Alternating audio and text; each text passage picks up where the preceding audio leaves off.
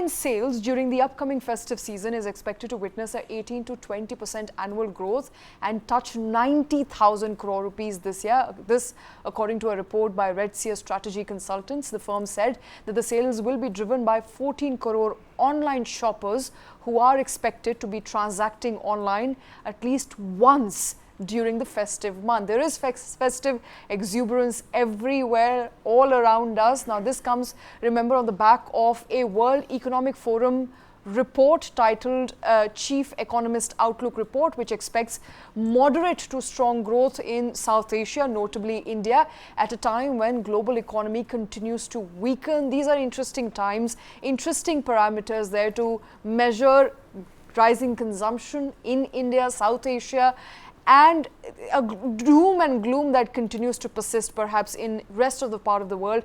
Joining us at this point is Karan Merishi, who's an economist, back with us after a very long time. Karan, thank you so much for taking time out. I want to, actually quickly begin by asking you first.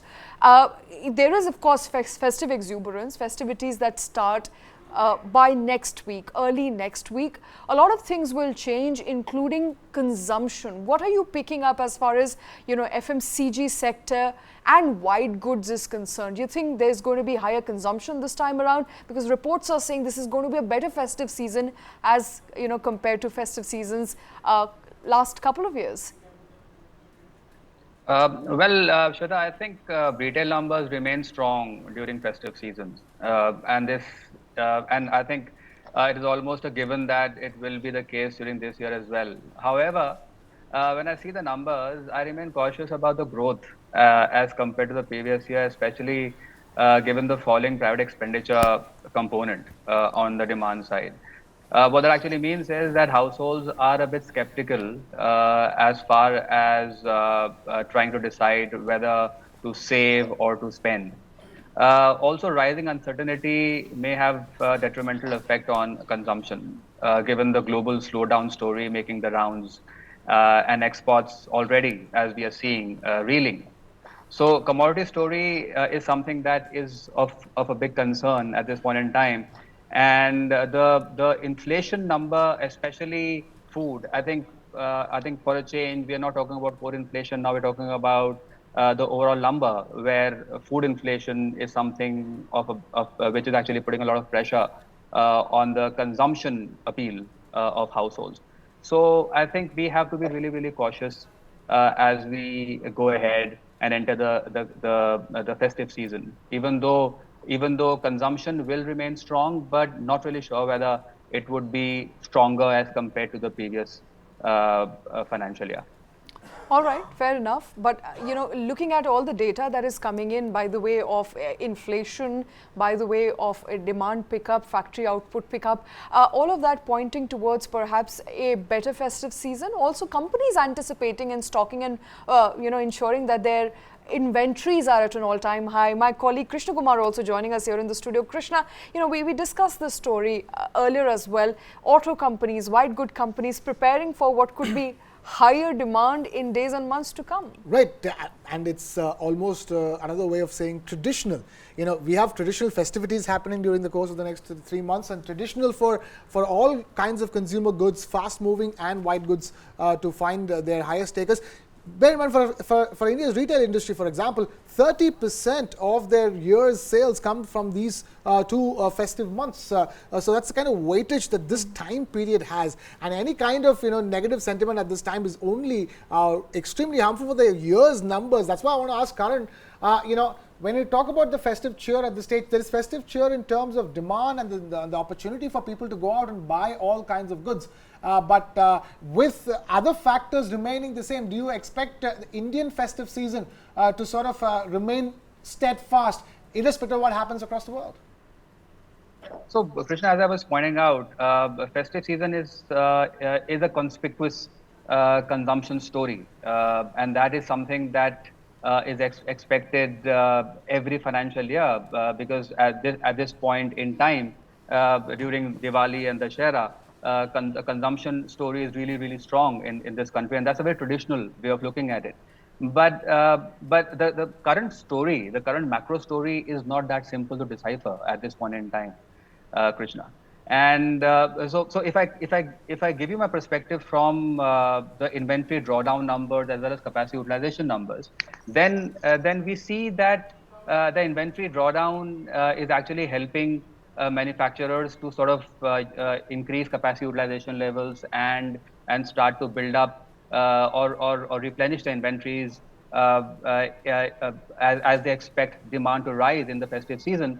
But the problem that I see here is that prices will be higher as compared to the previous season, and given the fact that all manufacturers and retailers are facing margin pressure, they would have no qualms in passing on the incremental prices to the end consumer. So that, in my view, would be detrimental to consumption. Even though you will still see a higher number in the festive season as compared to say quarter 1 of this financial year. All right, fair enough. There's going to be pressure, but from the numbers that we've been tracking that came by the way of Suyash, quarterly results of almost all FMCG companies, we saw a higher margin, and a higher margin perhaps by the way of lowered input cost and more money being saved by FMCG players. That of course was the trend we noticed when we were covering the quarter 1 results for at least most of the white goods FMCG companies. That essentially means that there is enough money in the books in order to cut prices. In fact, just this morning FMCG players announced that they will be cutting perhaps some of their margins in order to ensure higher sales.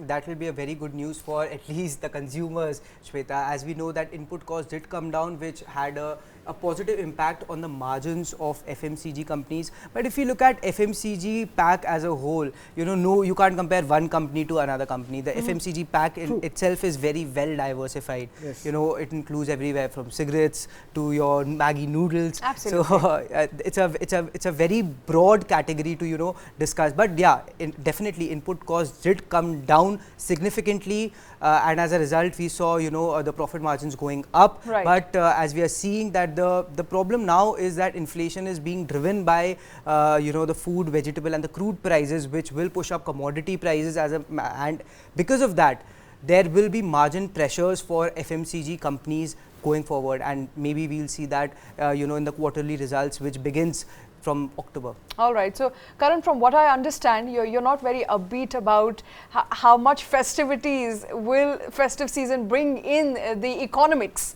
of things, and perhaps there is going to be a substantial margin cut a lot of companies will have to take if they want to ensure better price point and want to ensure more demand in the markets. But from what I'm looking at right now and going to the broader macroeconomic picture, and this has come by the way of a World Economic Forum report, it still says that India continues to be a bright spot. Now, I've heard this statement over and over for the entire year now, 9 months, and reports on reports continue to suggest that India is a shining beacon of hope in the global gloom and doom. Do the numbers still reflect that sentiment? Because there is a pickup now in China, there is a pickup we are seeing in the US. Are we still carrying the mantle of being outperformers? Shweta, as compared to the rest of the world, India remains a beacon of hope, and it remains the world's fastest growing major economy as far as economic performance is concerned. Now, if I connect it with the Chinese slowdown, then the American China plus one strategy is actually beneficial for India, and that is not only beneficial for the Indian macroeconomy, but also from the strategic point of view, where a lot of tactical capital market allocations have been allocated to India, given the fact that Russia is no longer part of the portfolio of global investment portfolios, and China is now sort of in a recession. Then India is actually gaining from this scenario. But the competition, Shweta, is intense from other countries in Southeast Asia, which are undertaking much more coordinated efforts as compared to India. While we get some share of, yes. Sorry, Karan. We were just talking about the import-export numbers that were also anticipated for the month of August. Now, there's been a chatter and talk, and in fact Minister Piyush Goyal, the Commerce Minister, continue to be extremely upbeat about the import-export scenario, and he says that the exports will pick up and current account deficit will continue to perhaps narrow in months to come. Do you agree with that assessment? Do you see exports picking up in emerging markets as well as other markets around the world? Well, as far as India is concerned, or any country which runs a deficit in its trade, whenever exports rise, imports also rise. So if you look at both the aggregate demand perspective and the aggregate supply perspective, you will see that the share of imports is actually rising faster in the equation as compared to the export share. So when they talk about export, they're being very upbeat about exports, and exports touching $1 trillion threshold in a couple of years. When as far as that goes, then they should also be concerned about the fact that imports will rise in proportion. So even if I think the government officials are upbeat about export performance of India, we will continue to see a deficit being run for quite some time until India sort of moves up the value chain and becomes a high value manufacturer in the world. But I don't think China would Karan, give up on that position. Stay with us, because we have more numbers coming in for the month of August as far as exports imports is concerned. The numbers are out and about, and let me quickly, for the benefit of our viewers, summarize it. India's exports continue to rise. It's at a 3-month high in the month of August.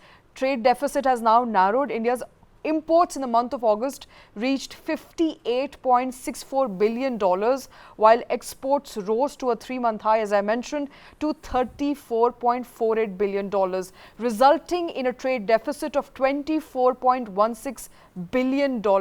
Now, this was, of course, anticipated.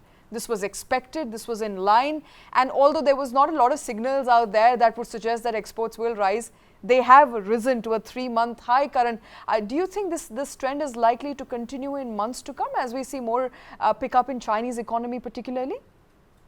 Yes, absolutely, Shweta. But the bigger story here is that we also have to look at the share of imports in the entire aggregate demand story here.